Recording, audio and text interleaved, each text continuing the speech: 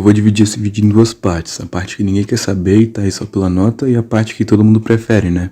Ou não, vai saber. A Venezuela é um país localizado na América do Sul e faz fronteira com o Brasil, a Guiana e a Colômbia. O país ele tem 28 milhões de habitantes e quase 1 milhão de quilômetros quadrados de território. A população é bastante miscigenada, sendo uma mistura de espanhóis, africanos e povos nativos, os indígenas, né, no caso. Por isso eles têm uma cultura muito rica, tendo uma diversidade de músicas, contos populares. Enfim, é um país muito parecido com o Brasil. Eles têm até o carnaval deles lá, o carnaval de Carúpano. E se não bastar, eles também têm até o próprio São João, que é a festa de São Juan. A comida também parece com a do Brasil. Eles têm uma culinária baseada em alimentos como feijão preto, bananas cozidas e arroz. O país é majoritariamente cristão, tendo uma maioria de católicos, depois protestantes, e é um país também bastante urbanizado, sendo que tipo uns 15% só que mora na roça. É um dos países mais violentos do mundo. Um dos não, né? Ele é o país mais violento do mundo. A criminalidade lá é um problema muito pesado. E a língua oficial deles é o espanhol, infelizmente. É uma língua horrorosa, mas a gente tem línguas indígenas para equilibrar, que são maravilhosas. Eu vi lá nos vídeos, é muito bonito. Sua capital é Caracas e as principais cidades são Cidade Guaiana, Mérida, Valência, Maracay, Maracaibo, eu acho também, não lembro. E o país possui uma economia mista e a moeda deles é o Bolívar. Eles possuem uma economia baseada no petróleo. Eles meio que compram tudo com o dinheiro do petróleo exportado. O dinheiro da exportação é para a subsistência do país. Eles compram tudo mesmo, tipo maçã, skate, aparelhos eletrônicos, lápis, licor, samambaias, tudo. Eles meio que exportam para importar. Mas apesar disso, eles têm 17% no setor industrial e 3% no setor agrário. O país ele tem um clima tropical também, ou seja, calor e chuva. A temperatura meio que varia dependendo da sua altitude no relevo. E eles têm 3 relevos principais: os altos relevos, que tem lá as Cordilheiras dos Andes, o Monte Roraima, que também divide com o Brasil, né? Lá em Roraima, quem diria. As planícies e o maciço das Guianas. O país ele possui uma grande biodiversidade, principalmente porque o principal bioma deles é a Amazônia. E tem muita coisa lá na Amazônia, né? Muito bicho. O país em si tem muitas espécies endêmicas, muitas mesmo. Tipo os alobates, bromelicola, Caecilium flavopunctata e Nicolas Maduro. A Venezuela possui um governo democrático, apesar do caráter autoritário de Maduro, e é uma república presidencialista. E ao contrário do que muitos pensam, a Venezuela não é uma experiência de transição socialista. A economia do país é 70% privada e a participação de empresas estatais e economias públicas é menor do que o da França, que é um país assumidamente capitalista. O que existe de fato na Venezuela é um projeto popular, nacionalista, revolucionário, uma perspectiva anti-imperialista. Mas isso não significa que Chávez não seja um líder socialista, ou que o PSUV não seja um partido que tem vários militantes que defendam o socialismo,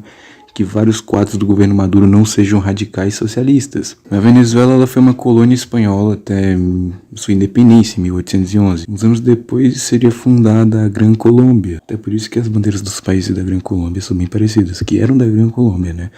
Enfim, assim que Simão Bolívar morreu, a Gran Colômbia meio que entrou em declínio com o tempo e se separou, né? E deu origem à Venezuela no cantinho. E a partir daí fudeu, porque depois disso nossa pequena Venezuela nunca mais teve paz. Foi golpe atrás de golpe, governos autoritários disfarçados de democracia, enfim. Mas com o tempo a Venezuela ela descobriu petróleo, muito petróleo aliás, e foi uma questão de tempo para crescer, né? Nos anos 50, apesar de estar bem economicamente, eles viviam uma ditadura. Uma delas, né? Tudo isso resultou no Pacto de Ponto Firro, que parecia garantir uma cultura democrática daqui pra frente, dali em diante, né? Deu certo? Não deu certo. Aí apareceu um camarada que eu não vou falar o nome, mas se chama Hugo Chávez, que era um dos líderes da resistência ao governo venezuelano da época, né? Ele tentou um golpe nessa época, mas ele foi preso, não deu certo, né? Só que ele era muito popular. E aí a sua prisão meio que enfraqueceu o presidente. Aí o presidente caiu e o próximo que entrou anistiou o Hugo Chávez, que agora estava livre para se eleger de novo. E ele se elegeu. E ele ganhou.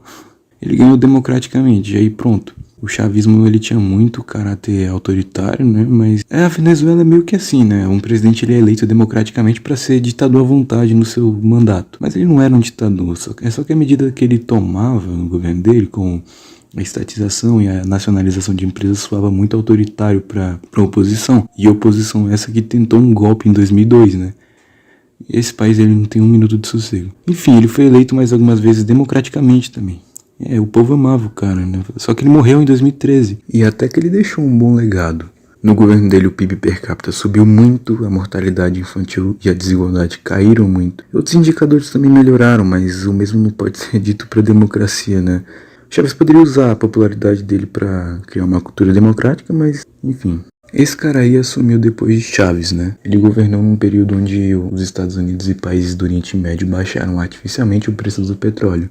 Afinal, essa indústria ela é comandada por um cartel, que a gente aprendeu lá nas aulas da Renata que existem cartéis, eles meio que controlam o preço do petróleo ali, né?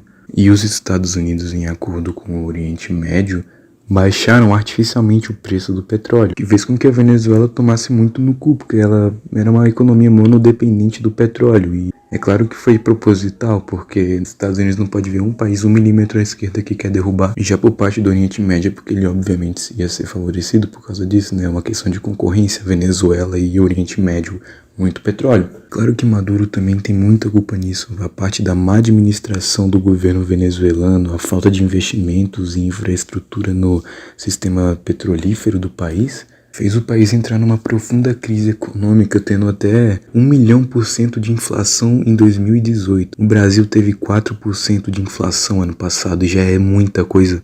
Isso afetou até a produção nacional da Venezuela, que produzia 3 milhões de barris por dia em 1999. E em 2018 estava produzindo a metade disso. Tava faltando comida, tava faltando papel. E vai sobrar o quê? Vai sobrar violência, né? O que aconteceu de fato com a Venezuela foi que houve uma polarização bem agressiva que tornou a política impossível desde sempre, né? E quando a política ela se torna impossível, o poder ele é disputado através da violência. Golpes atrás de golpes, enfim. Essas últimas eleições do Nicolás Maduro também foram extremamente duvidosas. Aí depois teve um cara que se autoproclamou presidente, o Juan Guaidó. Pelo amor de Deus, cara.